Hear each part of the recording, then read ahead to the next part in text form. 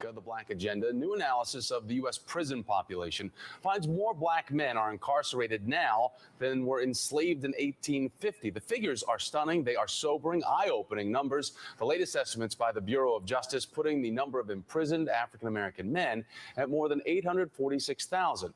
While black men account for roughly 6.5% of the U.S. population, they make up 40.2% of the prison population. And joining me now is MARC LAMONT, professor of education and African American studies at Columbia University and host of Our World with Black Enterprise. So, Mark, it's good to have you here. When we talk about this, it's a problem not discussed enough. However, when we talk about these sobering statistics that are out now, it really is eye-opening and I think staggering for people to consider. So why is it that this country is putting away so many African American men? Do we have a definite reason for it? Well, that's committed to punishment rather than dealing with the fundamental problems that lead to mass incarceration. In 1970, for example, we only had about 250 to 300,000 people incarcerated.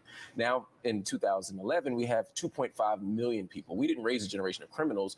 We shifted public policy in such a way that it's easier to get incarcerated. The net is wider and it's deeper. We live in a nation. Well, wasn't that done out of noble causes to begin with? I mean, with the population growth and the fact that crimes in this day and age are expanding to different fronts that people probably hadn't even considered then, including technology crimes.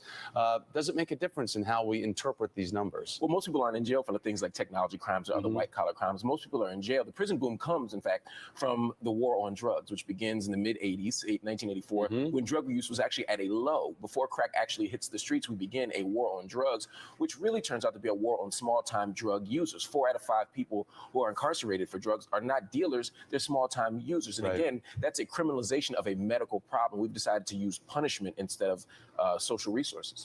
So the new NAACP report ties state spending to investments in education. So nationwide, $88,000 is spent on each incarcerated juvenile a year, while just $9,000 is spent educating each student.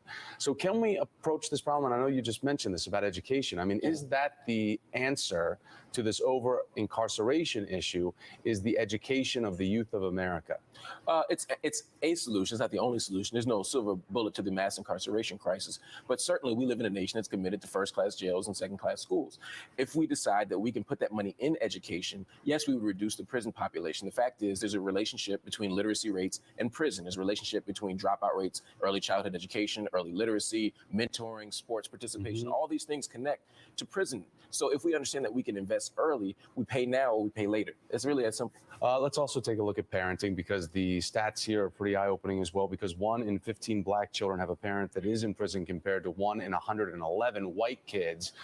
So are we just watching and witnessing as generations continue to grow up a vicious cycle that's becoming ingrained within the black community itself? Well, we have to be careful with the way we talk about that. There is a cycle of mass incarceration within poor communities and African-American communities, but we want to be careful not to suggest that mass incarceration is due to some kind of culture of poverty, as if poor people or black people are more inclined to go to prison. The fact is, black people are targeted for prison more. If I went to Harvard University or Princeton University on a Friday night, I can incarcerate a lot of people or arrest a lot of people for, simple possession of drugs, for public drunkenness, for public urination, for disorderly conduct. But we're not looking at Harvard and Princeton, but we go to poor neighborhoods like in New York where three counties produce 70% of the state's prisoners. Those are poor black and brown people. That's the fundamental issue. At the same time, we do need to consider how mass incarceration takes fathers out of homes. It takes people out of active citizenship. It really deteriorates the community, and that's what we need to think about. All right, MARC LAMONT, great to have you on today, Mark.